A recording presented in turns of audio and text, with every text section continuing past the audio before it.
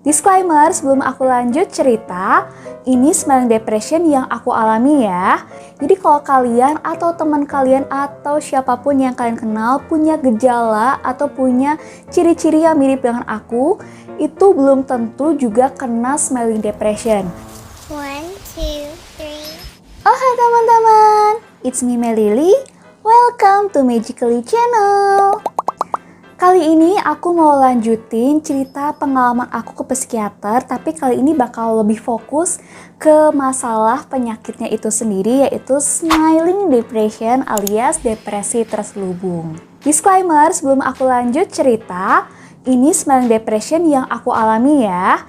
Jadi kalau kalian atau teman kalian atau siapapun yang kalian kenal punya gejala atau punya ciri-ciri yang mirip dengan aku, itu belum tentu juga kena smiling depression. Seperti biasa, sebelum kita lanjut ke pembahasannya, aku mau mengingatkan kalian, bagi kalian yang belum subscribe channel ini, please subscribe dan jangan lupa buat nyalain lonceng notifikasinya supaya kalian tahu kalau aku ada update video baru. Dan buat kalian yang udah nggak sabaran, mari kita lanjut ke pembahasannya. Yuk! Perlu diketahui, teman-teman kita yang kena depresi ini nggak selalu loh karena mengalami sesuatu hal atau ada trigger dari eksternal. Bisa saja karena ada masalah yang berhubungan dengan sifat biologis, kimiawi, terus ada gangguan hormon juga, bisa saja orang tersebut terkena depresi. Kalau dari masalah biologi, mungkin aja ada perubahan fisik di otak mereka. Untuk yang kimia, seperti yang kita tahu, emosi kita kan dipengaruhi oleh bahan kimia atau kimiawi yang ada dalam tubuh kita, misalnya serotonin, terus ada dopamin, endorfin, oksitosin. Nah, orang yang kena depresi ini pada umumnya adalah orang-orang yang memiliki jumlah serotonin atau kandungan serotonin yang rendah dalam tubuhnya sehingga dia dapat mengalami depresi. Faktor lain yang juga bisa jadi penyebab timbulnya depresi ini adalah faktor genetik. Orang yang memiliki keluarga inti dengan riwayat depresi atau gangguan jiwa lainnya itu memiliki kemungkinan lebih besar kalau dia juga akan memiliki penyakit depresi. Atau teman-teman kita nih yang punya gangguan hormonal juga bisa mengalami depresi loh. Jadi belum tentu dia ini lagi mengalami musibah atau terkena musibah lalu dia kena depresi. Jadi jangan selalu ditanyain, emang gara-gara masalah apa sih kena depresi? Karena yang namanya penyakit ini datangnya juga bisa aja karena masalah kesehatan orang tersebut. Oke, kita masuk ke depresi terselubung itu sendiri alias smiling depression. Istilah ini sebenarnya bukan istilah formal yang digunakan oleh psikiater atau psikolog, tapi ini adalah istilah yang digunakan oleh para ahli untuk menjelaskan pasien supaya pasiennya lebih mengerti dan lebih relate lah sama penyakit yang dia alami. Kenapa sih disebut smiling depression? Karena orang yang mengidap depresi ini tuh nggak kayak orang yang kena depresi. Bahkan ada yang menyebut ini sebagai depression without depression, hidden depression, invisible depression, atau mask depression. Orang yang kena smiling depression atau depresi terselubung ini, mereka dari luar tampak kayak yang biasa aja, ceria, positif, percaya diri, bahkan mereka high function banget. Mereka punya karir yang cukup baik, mereka bekerja dengan baik, beraktivitas juga sangat normal. Jadi sangat tidak terlihat kalau orang ini mengalami depresi. Orang-orang yang kena smiling depression ini kebanyakan punya level serotonin yang cukup rendah. Serotonin ini adalah suatu chemical yang ada dalam otak kita yang berfungsi untuk menjaga, menstabilkan emosi atau mood kita. Orang-orang yang low serotonin, mereka akan mengalami kecemasan, selain itu juga akan kehilangan motivasi, dan juga akan merasa putus asa karena kekurangan atau defisit dari serotonin ini. Fakta menarik dari smiling depression ini adalah salah satu jenis depresi yang sulit dideteksi. Soalnya kan ciri-cirinya ini ditutupi dengan senyuman ya, makanya tadi ada istilah hidden depression atau mask. Jadi orang-orang yang terkena depresi jenis ini mereka menggunakan topeng yang membuat ciri-ciri depresifnya itu tidak tampak dari luar, bahkan oleh orang-orang terdekat. Well, apa sih yang bikin penderita depresi terselubung ini menutupi dari orang-orang? Pertama adalah malu dengan lingkungan. Karena banyak banget ya orang yang mikir orang-orang yang depresi ini atau orang yang kena gangguan jiwa ini tuh gila. Dan mereka nggak mau terkena stigma masyarakat seperti itu. Kedua adalah masalah hukum.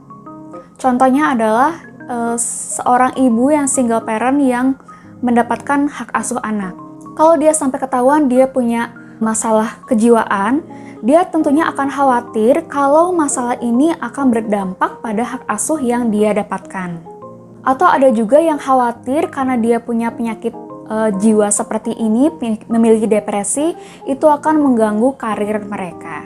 Ada juga orang yang kena depresi, tapi dia tidak mau membuka diri dia ke orang lain karena dia tidak mau membebani orang lain. Atau bisa aja dia tahu kena depresi, dia harus ke psikiater dan dia tahu kalau ke psikiater ini harus minum obat, tapi dia nggak mau, dia nggak suka minum obat, jadi dia nggak datang ke dokter, akhirnya nggak terdiagnosa. Atau kemungkinan yang juga nggak kalah banyak dialami oleh penderita depresi terselubung adalah mereka sendiri nggak tahu kalau mereka mengalami depresi seperti yang aku alami. Aku sendiri juga sampai akhirnya datang ke psikiater nggak tahu kalau aku ini kena depresi. Dokternya baru yakin kalau aku mengalami depresi terselubung setelah konsultasi ketiga. Awalnya antara anxiety atau depresi terselubung ya, itu masih 50-50, tapi setelah diamati lebih lanjut, anxiety yang aku alami ini lebih karena depresi terselubung yang aku derita. Karena seperti yang kalian lihat, aku nggak kelihatan kayak orang yang depresi, dan aku juga nggak tahu kalau orang depresi bisa menutupi sifat depresifnya ini tanpa sadar. It's something new for me, dan aku rasa informasi ini juga ingin aku share ke kalian, jadi kalian juga bisa lebih aware sama teman-teman kalian yang menutupi depresifnya mereka. Ini juga yang bikin aku selalu wanti-wanti ke orang-orang jangan sampai self-diagnose. Karena memang ciri-cirinya itu bisa overlap dan gejala-gejala fisiknya tuh bisa sama persis, tapi belum tentu kita punya penyakit yang sama meskipun kita punya gejala yang sama, teman-teman. Aku menggunakan senyuman ini sebagai self-defense mekanisme alias mekanisme pertahanan yang aku gunakan ketika aku menghadapi suatu kondisi atau suasana yang tidak mengenakan, entah itu memalukan, entah itu tidak nyaman, entah itu yang tidak aku sukai. Aku menutupinya dengan tersenyum. Itu adalah strategi yang alami yang tanpa sadar aku lakukan untuk mempertahankan sanity, kesadaran atau kesehatan mental aku. This is story yang belum banyak aku ceritain. Ini adalah cerita yang pertama kali aku open public. Ini adalah cerita ketika aku kena cut off karena alasan yang tidak jelas. Kalian ingat kan sih zaman-zaman pandemi baru masuk ke Indonesia, gelombang PHK lagi naik, terus kondisi perusahaan banyak yang gulung tikar karena nggak stabil. Ketika itu perusahaan tempat dulu aku kerja dalam kondisi justru sebaliknya justru stabil, bahkan mendapatkan kucuran dana dari investor yang cukup besar. Kemudian terjadi restrukturisasi di dalam manajemen perusahaan tempat dulu aku bekerja, yang berimbas banyak banget orang-orang yang kena cut tiba-tiba. Mereka nggak bisa lanjutin aku sebagai karyawan mereka. Gimana ya? Karena waktu itu kondisinya adalah orang-orang yang bekerja di situ pun sudah tetap ya kondisinya. Kecuali kalau misalnya aku melakukan kesalahan, absensinya buruk misalnya, kinerja aku under gitu, aku nggak kasih kontribusi, tapi aku dan teman-teman aku, bahkan atasan aku yang juga kena cut, kita nggak salah apa-apa. Ini murni karena restrukturisasi. Ini yang bikin aku ngerasa nggak masuk di otak gitu, nggak logis gitu. Karena nggak logis ini, Yang harusnya aku emosi, aku marah, keluarin kekecewaan aku, nangis, marah-marah, meraung-raung. Di situ aku yang stay calm. Nggak ada perdebatan, ya udah. Tapi satu hal yang aku nggak tahu, deep inside, aku sangat-sangat terluka, aku sangat-sangat sedih, dan aku sangat-sangat tidak terima diperlakukan seperti itu. Aku masking muka aku dengan muka orang yang biasa aja, senyum biasa aja. Bahkan aku masih sempat balik ke ruang kerja buat beresin kerjaan-kerjaan aku yang masih nyangkut. Aku ingat betul, aku punya ciri-ciri depresi yang juga dialami sama orang tua aku, dari ibu aku, dan aku punya gangguan tidur yang persis sama dengan papa aku. Jadi kemungkinan besar sih ini juga karena genetik. Karena tidak ditreat dengan baik, tidak langsung ke psikiater, akhirnya penyakit aku ini tuh semakin parah dan efeknya semakin buruk ke dalam tubuh aku. Dan ketika itu terpengaruh, aku ngerasa ini adalah sesuatu yang cukup parah dan aku butuh konsultasi dengan dokter. Dan akhirnya aku tahu kalau aku terkena depresi terselubung. Terus treatment apa sih yang biasanya aku lakukan untuk mempercepat penyembuhan aku dari depresi ini? Pertama, aku fokus untuk memperbaiki gangguan tidur yang aku alami. Biasanya sebelum tidur aku pakai candle aromaterapi alias lilin aromaterapi yang seperti ini. Ini produk lokal, harganya juga murah banget, sekitar 25.000 atau 30 ribuan aja. Kalian bisa cek di Shopee. Cukup murah tapi ngefek di aku, jadi nggak perlu mahal-mahal. Selain itu, kalau misalnya masih nggak mempan, udah dipakein candlelight, biasanya tuh mata kerasa berat, udah ngantuk, tapi ketika dipejamkan itu nggak elap-elap ya. Aku pakai kompresan mata yang steam gitu, nih, kayak ice mask biasa, kayak gini. Tapi padnya ini tuh hangat. Dan ketika dibuka langsung hangat gitu, ini hangatnya sekitar 20 menit. Terus kalau masih nggak bisa tidur juga gara-gara badan super pegel, kalian juga bisa pakai ini menstrual pad, tapi menurut aku ini bisa dipakai untuk cewek ataupun cowok karena ini pemakaiannya eksternal.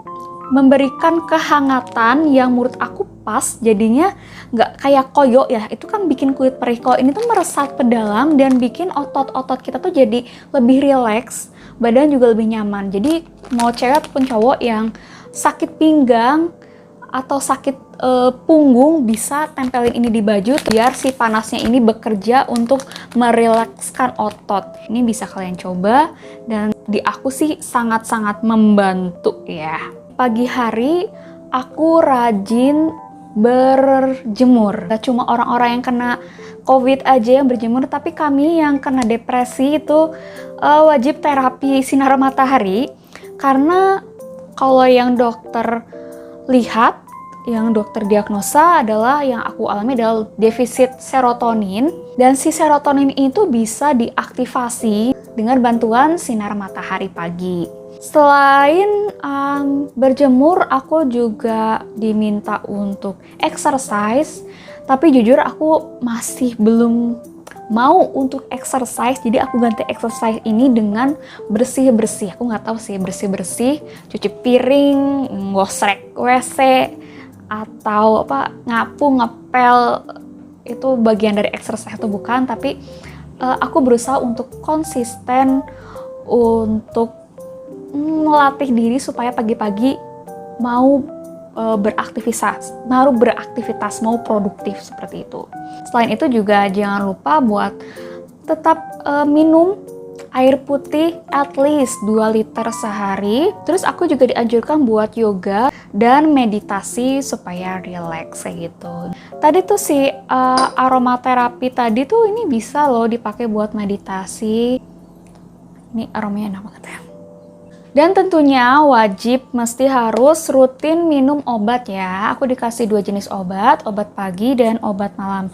Obat paginya itu tuh lebih ke untuk meningkatkan serotonin, dan yang malamnya itu tuh lebih ke untuk obat tidur, tapi ini beda dengan obat tidur yang bikin ngantuk. Kalau misalnya kita nyamain dengan obat tidur biasa, itu tuh kita memang tidur ya, karena bikin ngantuk kan. Tapi pas kita tidur itu tuh nggak nyenyak, mimpi buruk lah, terus kebangun tiba-tiba lah, pas tengah malam kebangun tiba-tiba, atau bangun-bangun badannya sakit-sakit. Sedangkan obat tidur yang dikasih dari dokter ini tuh, karena dia fungsinya relaksasi ya, tidurnya benar-benar lelap, sangat berkualitas, dan bangun di pagi hari pun lebih semangat. Hari ini sampai sini dulu ngobrol-ngobrolnya, cerita-ceritanya. Next week kita sambung lagi.